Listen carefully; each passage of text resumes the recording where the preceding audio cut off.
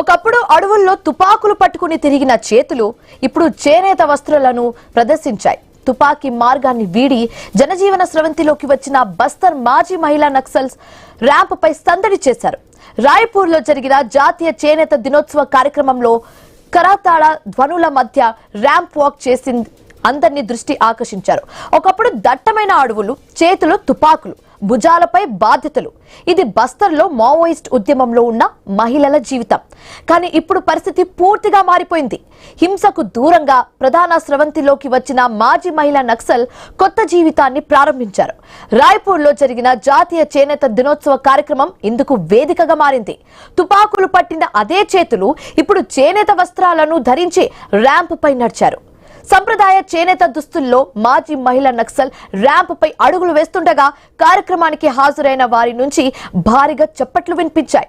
ఇది కేవలం fashion show మాత్రమే కాదు, మారిన జీవితాలకు ప్రతిగా నిలిచిన కార్యక్రమం అని చెప్పొచ్చు.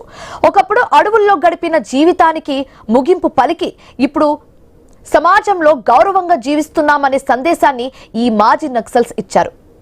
తుపాకీని వదిలి చేనేతను అందిపుచ్చుకున్న ఈ మహిళల ప్రయాణం మార్పు సాధ్యమేనన్న సందేశాన్ని ఇస్తుంది.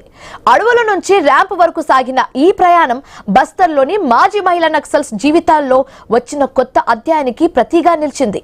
తుపాకులు పట్టిన చేతులు చేనేత వస్త్రాలతో ర్యాంప్ పై నడిచాయి.